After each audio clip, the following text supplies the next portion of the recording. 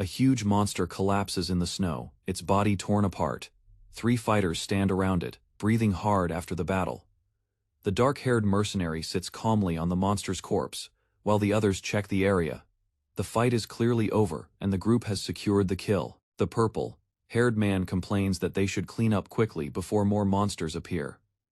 He speaks casually, but his tone shows he is tired of extra work. He asks if they can leave the messy parts to someone else, and the others react like they have heard this before. The dark-haired mercenary answers without emotion. He warns the purple-haired man not to act carelessly, because problems always follow when he relaxes too much. The purple-haired man smirks and says he knows, but he is still confident the situation is under control. The purple-haired man narrows his eyes and talks about recent events. He mentions that no one has officially reported what happened during the past few days. His expression suggests suspicion. He implies that something is being hidden and that their enemies might already be moving. 2 men stand face to face in close range, tension rising. Neither backs away. The moment looks like a warning exchange rather than a fight. The sound effect emphasizes the pressure between them, showing that distrust inside the group is growing. Another soldier interrupts and asks what they are going to do next. They discuss how to handle the remains and what their next mission will be.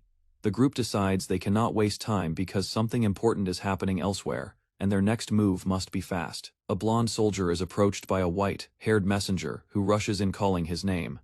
The messenger reports that the Lord has sent a message and it must be read immediately. The blonde soldier looks serious, realizing the news is urgent and likely bad. The messenger hands over the letter and tells him it came directly from the territory. The blonde soldier accepts it without speaking. His eyes stay sharp and focused, showing he already expects danger. The blonde soldier reads the letter, and his face tightens. He softly says, "Father," as if the message concerns his family. His expression shifts from calm to alarm, suggesting the situation is worse than expected. The final story shows a fortress under attack. Soldiers and civilians look up as something crashes down near the walls. The message becomes clear. The territory is being assaulted. The attack is already in progress, and the group must respond immediately before the fortress falls. Inside the fortress, defenders fire arrows and shout for more shots. A commander yells that the enemy must not step onto their walls. The soldiers hold their positions, trying to keep the attackers back, despite heavy pressure. Outside, bandits surge forward under a mounted leader. He orders the troops to raise their morale and push harder, shouting that the riches of the fortress are right in front of them. The attackers respond loudly, moving as one toward the gate. The white-haired enemy commander appears in a close-up, laughing as he gives a brutal order.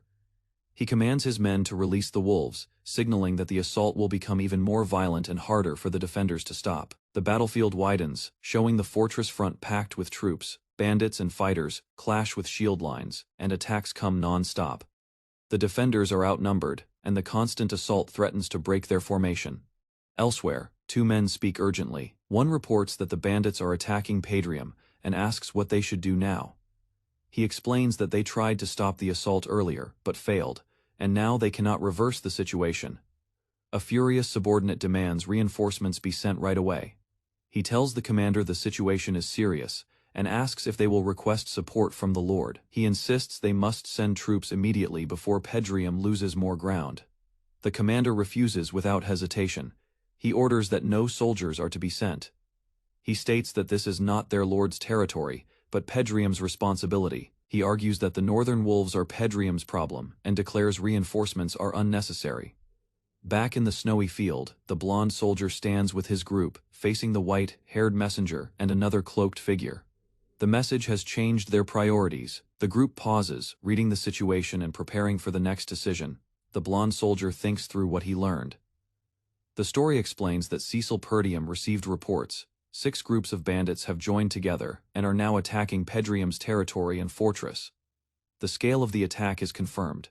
He looks down at the letter again and notices something important. The note says the bandits' movements were sudden, but the alliance was formed quickly, as if planned in advance. Another detail stands out. Half of the Fenris soldiers were sent away to Pedrium.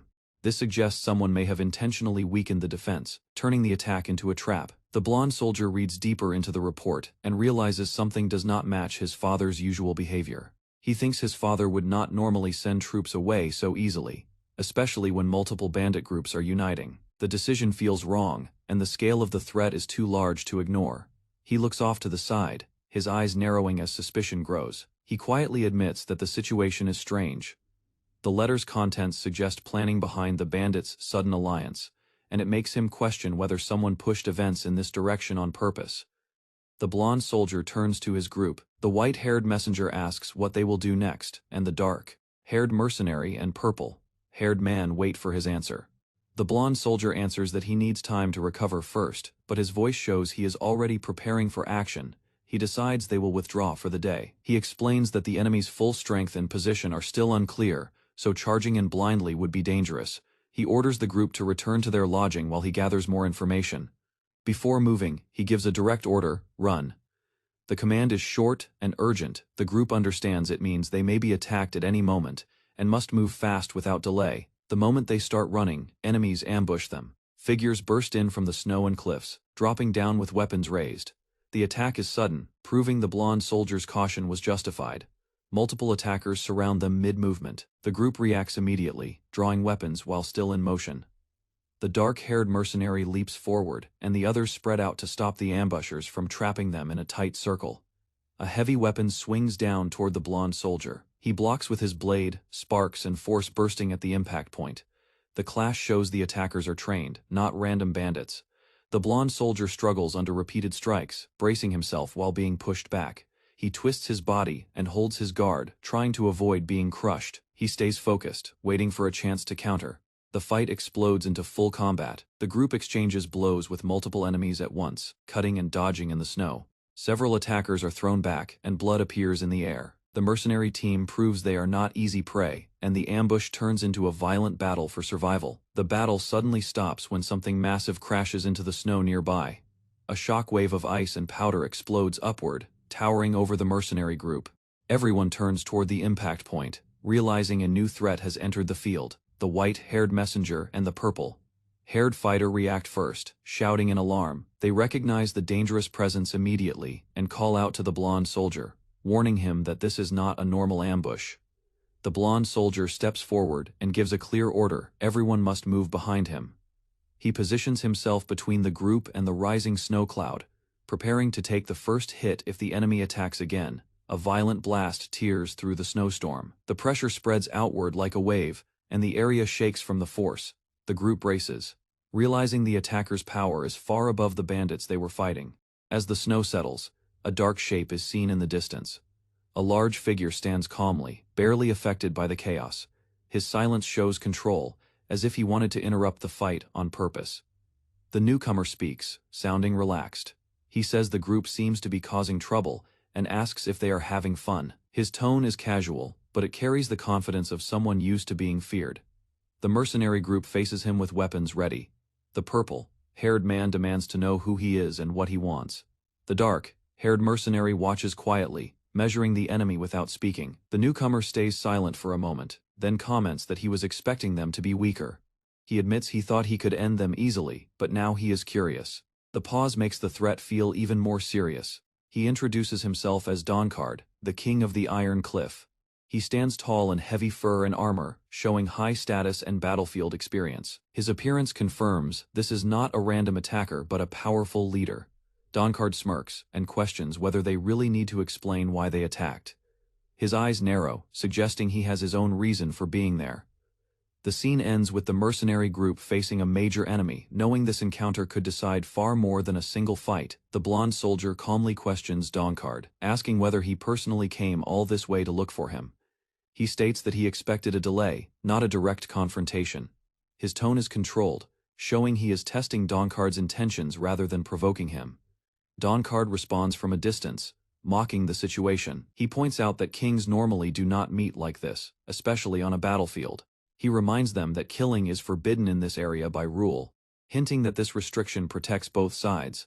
Dronzer acknowledges the rule clearly. He says the law matters, but also makes it clear he never said he intended to kill anyone here. His words suggest that violence can still happen without crossing that specific line. The purple-haired man mutters under his breath, calling Dronzer annoying. The white-haired woman beside him stays silent, watching closely. The group senses that the conversation is becoming more dangerous than open combat. Dronzer shifts the focus and asks who the leader is.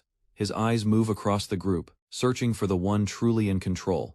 This question changes the balance of the exchange, forcing a response. The purple-haired man looks momentarily surprised when addressed indirectly. He hesitates, unsure whether to speak or stay quiet. His expression shows that he understands the weight of the question. After a brief pause, the purple-haired man points forward and identifies the leader. He admits it plainly, signaling that the decision has already been made. The responsibility is no longer hidden. The blonde soldier steps forward beside him. It is stated that this man will become the next king of Iron Cliff. The announcement is direct and confident, revealing future plans, instead of current titles. Doncard reacts with interest. He smiles slightly and questions whether the king truly means Iron Cliff or something else entirely. His response shows he understands there is more at stake than territory alone. The blonde soldier answers without hesitation. He states that even so, it is all part of his plan. His expression remains steady, confirming that the current conflict, the ambush, and even this meeting are steps he has already considered. The confrontation ends not with blades, but with a clear declaration that the future is already being shaped. The purple-haired fighter turns his back slightly, listening to the blonde soldier's plan. A small smile forms on his face, showing he accepts the order without complaint. He looks ready to take control of the next step. A blade cuts through the air as the purple-haired fighter moves first. He tells his commander to go ahead and rest, implying he will handle the remaining enemies. His motion is quick and deliberate, signaling the fight is not over yet. He swings again and speaks confidently, saying he will quickly finish off what remains. The way he advances shows experience, and he clearly wants to prove his strength in front of Doncard and the group. The purple-haired fighter calls the group to move out. He orders them to head toward their next destination while telling them not to worry about the enemies. His words make it clear. He is taking personal responsibility for the cleanup. The hooded attackers panic as they realize how strong the group is. One of them warns the others, shocked that the mercenaries are overpowering them so easily. Their confidence breaks, and they prepare to rush in desperately. Two attackers charge at the blonde soldier, shouting angrily and accusing him of retreating whenever he wants. They try to overwhelm him by rushing from both sides, thinking numbers will work. The purple-haired fighter intercepts. His strike lands cleanly, cutting through the attacker's formation. Blood sprays as one enemy is hit hard, and the others stumble, showing the gap in skill is wide. Close up, the purple-haired fighter tells his commander not to interfere. He says the enemies belong to him, claiming the fight as his task. His expression is confident, and his eyes show he is enjoying the advantage. Doncard watches with a calm smile. He notes the purple-haired fighter's confidence and allows him to continue. Doncard's approval implies he wants to see how far the group's strength goes before acting himself. The remaining attackers shout in response and attack again, surrounding the battlefield. From a low angle, their weapons come down toward the purple-haired fighter and his allies. The clash is about to continue, with both sides committing fully to the next exchange. The purple-haired fighter stays calm as attackers rush him. His eyes track their movement, and he shifts his stance to meet the first strike head. He does not retreat, showing he is confident he can end the fight quickly. An enemy swings a heavy weapon, but the purple-haired fighter steps in and slashes first. The blade cuts across the attacker's body, drawing blood instantly. The enemy's charge breaks, and the attacker staggers back in shock. More enemies attack from different angles, trying to overwhelm him with numbers. The purple-haired fighter twists his body and dodges, then counters with another clean strike. Blood sprays again, proving the attackers are losing control of the battle. A larger attacker leaps down from above with a raised hammer, aiming to crush him. The purple-haired fighter drops low at the last second, narrowly escaping. The hammer smashes into the snow, creating an opening. The purple-haired fighter uses that opening immediately. He drives upward into the attacker's guard and lands a heavy blow that snaps the enemy's head back. The attacker's face shows pain and panic as he is hit hard. Another heavy weapon comes down from above. The purple-haired fighter reacts with perfect timing, slipping to the side and forcing the attacker to strike empty ground. The impact throws snow and ice into the air. The fight widens to show movement across the snowfield. The purple-haired fighter keeps pressure on the remaining enemies, while another figure flips and repositions nearby, keeping the attackers from regrouping. The enemies start to scatter under the speed of the counterattacks. Doncard watches the fight and speaks with interest. He comments that the purple-haired fighter is strong, and that he did not expect him to handle the attackers alone. His tone suggests he is measuring the group's worth. Doncard raises his voice and proposes something directly. He asks if the purple Haired fighter would like to come under his command. He offers proper treatment if the fighter joins him, presenting it as a serious invitation, not a joke. Dawncard smirks as he finishes the offer, saying that if they fight together, it would be a perfect match. His expression shows he enjoys the idea of turning a powerful enemy into an ally. The proposal adds a new tension to the battle, shifting it from pure combat into a test of loyalty and ambition. Dawncard watches from a distance while the purple-haired fighter stands ready in the snow. Dawncard asks how the wolves plan to handle the situation from here, making it clear he is still testing them. The question implies he expects either a plan or a surrender. The purple-haired fighter smiles and answers confidently. He says that from this point on, he will take charge of the area. His reply signals refusal of Dawncard's pressure and shows he intends to control the fight and the next moves himself.